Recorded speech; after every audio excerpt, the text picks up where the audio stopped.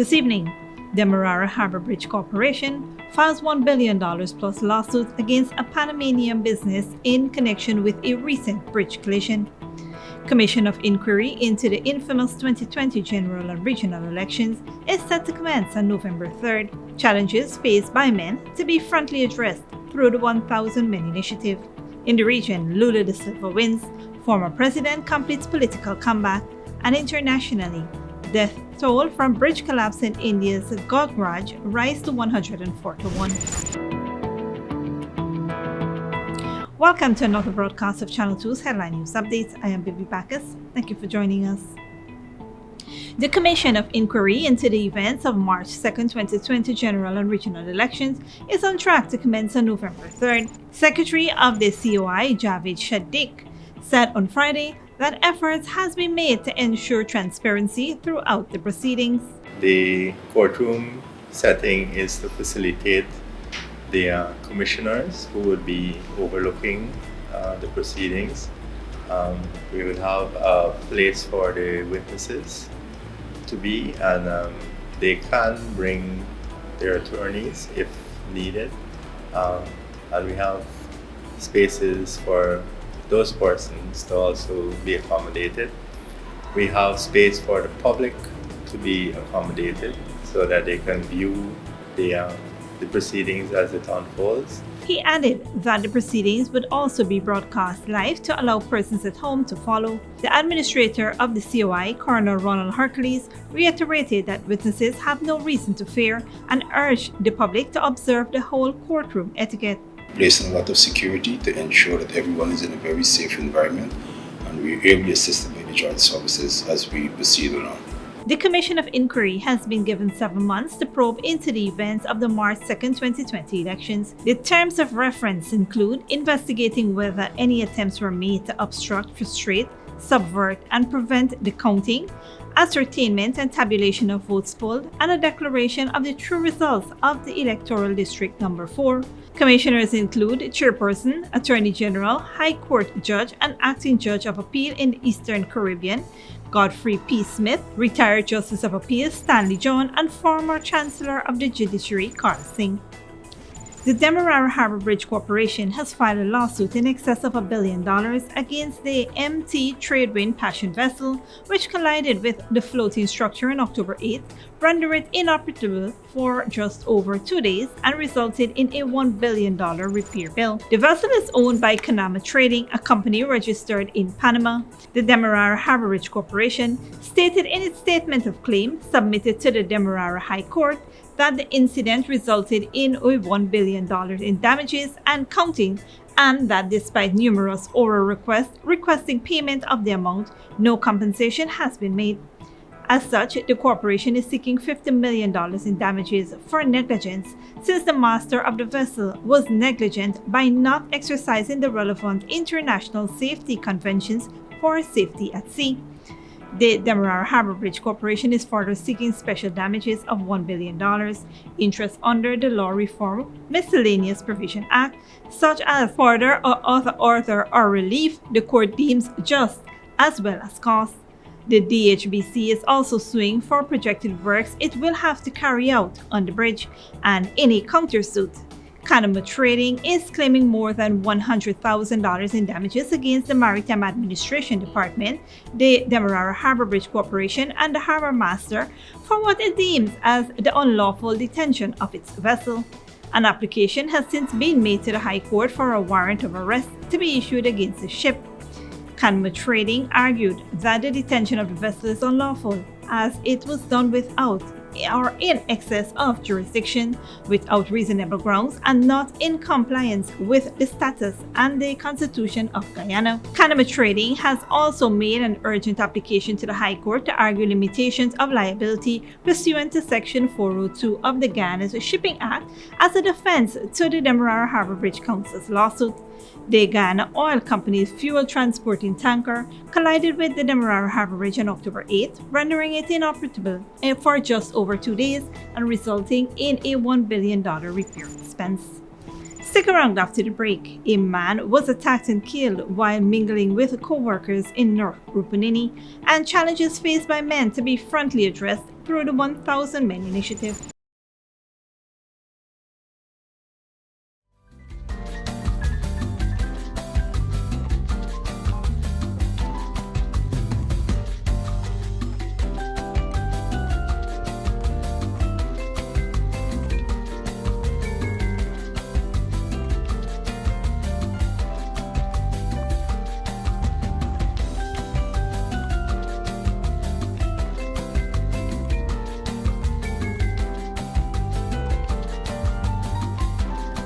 Cheryl, girl, you want me? Sorry, I'm interrupting y'all. Marla, I'm here taking the census.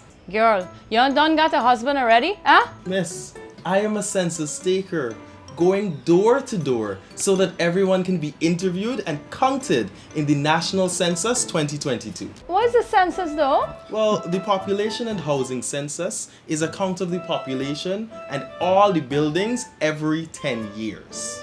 Getting counted transforms an entire nation. From Region 1 to Region 10. You know what? I believe our village needs a health center. I think it needs some roads too. You see the man boots out there, how it full of mud, eh? That's why I'm asking Mrs. Da Silva a few questions from our questionnaire. We record the answers and then the data is used to help shape the future of the country. Oh, so the two y'all not. Oh gosh. Maison Francois is the chocolate paradise of Guyana. From the moment you enter our stores, you're welcomed by the sweet aroma of Belgian chocolate, pastries, and other artisanal treats handmade by our European-trained chef. However, Maison Francois is more than just chocolate. We serve lunch, dinner, afternoon tea, and even Sunday morning mimosa brunch. Our convenient location at 133 Thomas Street, Kitty, makes it the perfect place to take that special someone or to take home a little sweetness. Treat yourself with the taste of Paris in the heart of Georgetown. Only at Maison Francois. Good girl forget things. What's the problem, Granny? I want money for borrow for those surgery. I was dancing and I fall and fracture my hip. If you need some quick money, you should check Lender's Jewelry and Pawn Shop. Lender's Jewelry and Pawn Shop, Lot 238 South Road Border, Georgetown. Get jewelry made to order in just 72 hours. We also accept vehicles. Lender's, best rates, longest payback period. Boys, I get through. Plus, I could dance again. Lender's Jewelry and Pawn Shop. Sooner or later you will have another power failure. Are you prepared for the next blackout? Some essential equipment such as security cameras, lights, internet, gate motors, and water pumps may stop working. How can you prevent the next blackout? InverterTech has an affordable solution for you. A strong UPS system which uses the latest inverter and solar battery technology to prevent blackout. We smartly calculate your average power demand so you don't spend more than you need to. Call 223-2233 for more information. When you need money and you gotta get it fast, Creative Jewelry and Pawn Shop is the place for that confidential transaction in a quiet and secure location. You'll get the highest value per pennyweight for your gold and also enjoy the lowest interest rates and longest payback period too. Yes, for that instant transaction to solve a pressing financial problem. That Creative Jewelry and Pawn Shop, 46 Boyle Place, that's between the Ministry of Housing on Brick Dam and White Castle Fish Shop. Be your first and only choice. Creative Jewelry and Pawn Shop, safe and sound, solid and secure, always there for you. Telephone 231-7878 and 223-8955. Welcome back. President Irfan Ali said that the Men on a Mission initiative is a movement aimed at impressing upon the men the importance of responsibility, being role models, and demonstrating a collective will to shoulder a progressive system to support Ghana's developing society. The head of state made this statement on Friday evening as he delivered a feature address at the launch of the Men on a Mission, the 1,000 Men, One Ghana initiative at Campaign Ghana in Georgetown. Men on Mission will be the foundation to remove violence against women and children. This is not the responsibility for women. This is the responsibility for us to work with each other. We must make the change. We must drive the change. We must lead the movement of respect. The president said the initiative would equip men in society to deal with complex problems, inclusive of violence against women and children, while helping to bridge the existing gaps, including the need to advance themselves in education.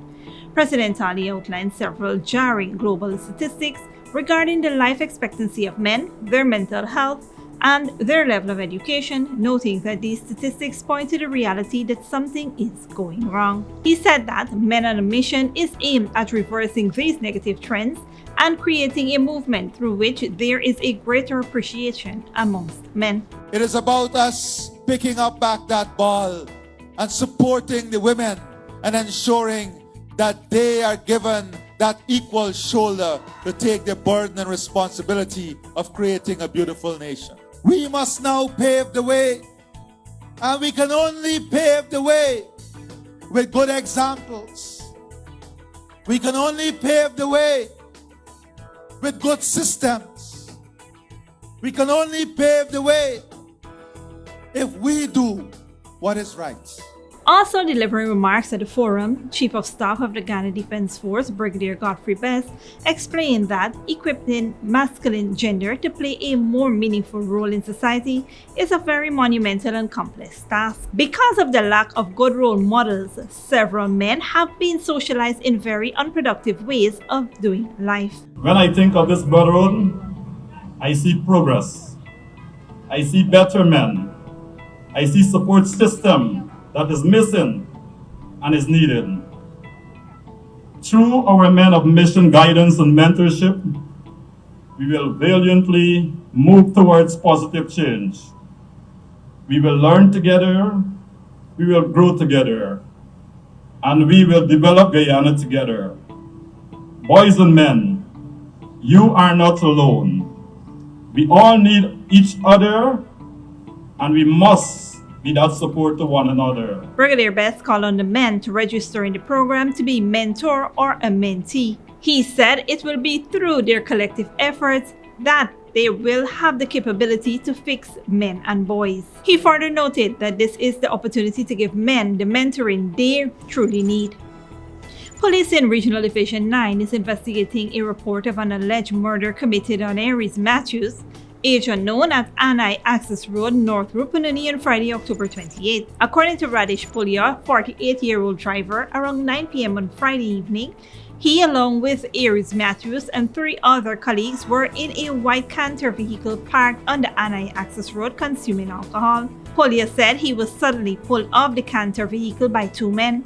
One of the suspects was armed with a cutlass and started chopping him about his body. Matthews tried to intervene to stop the attack, but instead, the suspects attacked him and chopped him to his right forearm and chest. During the attack, their colleagues got scared and ran away. After the attack, the 2 suspects also made good their escape in a car. Matthews and Pulia were later placed in a vehicle and taken to the Anai Health Center, where Radish was treated and his condition is said to be stable. However, Aries Matthews was pronounced dead on arrival. The matter was later reported to the Anai police station. Information received by the police is that the attack was as a result of Radish speaking to a female teacher earlier in the night at Tractor Bar, which concerned the suspects. Efforts are being made to arrest the 2 suspects. The body of the deceased is awaiting a post-mortem examination as investigations continue. Don't go away after the break. Haiti Prime Minister angered by assassination of former presidential candidate, and German nuclear power. Ukraine war may delay shutdown of reactors. When you need money and you gotta get it fast, Creative Jewelry and Pawn Shop is the place for that confidential transaction in a quiet and secure location. You'll get the highest value per pennyweight for your gold and also enjoy the lowest interest rates and longest payback period too. Yes, for that instant transaction to solve a pressing financial problem. That Creative Jewelry and Pawn Shop, 46 Boyle Place, that's between the Ministry of Housing on Brick Dam and White Castle Fish Shop, be your first and only choice. Creative Jewelry and Pawn Shop, safe and sound, solid and secure, always there for you. Telephone 231-7878 and 223-8955. Sooner or later you will have another power failure. Are you prepared for the next blackout? Some essential equipment such as security cameras, lights, internet, gate motors, and water pumps may stop working. How can you prevent the next blackout? InverterTech has an affordable solution for you. A strong UPS system which uses the latest inverter and solar battery technology to prevent blackout. We smartly calculate your average power demand so you don't spend more than you need to. Call 223-2233 for more information. Maison Francois is the chocolate paradise of Guyana. From the moment you enter our stores, you're welcomed by the sweet aroma of Belgian chocolate, pastries, and other artisanal treats handmade by our European-trained chef. However, Maison Francois is more than just chocolate. We serve lunch, dinner, afternoon tea, and even Sunday morning mimosa brunch. Our convenient location at 133 Thomas Street, Kitty, makes it the perfect place to take that special someone or to take home a little sweetness. Treat yourself with the taste of Paris in the heart of Georgetown. Only at Maison Francois. Good girl forget things. What's the problem, Granny? I want money for borrow for those surgery. I was dancing and I fall and fracture my hip. If you need some quick money, you should check Lender's Jewelry and Pawn Shop. Lender's Jewelry and Pawn Shop, Lot 238 South Road Border, Georgetown. Get jewelry made to order in just 72 hours. We also accept vehicles. Lenders, best rates, longest payback period. Boys, I get through. Plus, I could dance again. Lender's Jewelry and Pawn Shop. Cheryl, girl, you want me? Sorry, I'm interrupting y'all. Marla, I'm here taking the census. Girl, you done got a husband already, huh? Miss, I am a census taker, going door to door so that everyone can be interviewed and counted in the National Census 2022. What is the census though? Well, the Population and Housing Census is a count of the population and all the buildings every 10 years. Getting counted transforms an entire nation. From Region 1 to Region 10. You know what? I believe our village needs a health center. I think it needs some roads too. You see the man boots out there, how it's full of mud, eh? That's why I'm asking Mrs. De Silva a few questions from our questionnaire. We record the answers and then the data is used to help shape the future of the country. Oh, so the two y'all not... Oh gosh. We counted.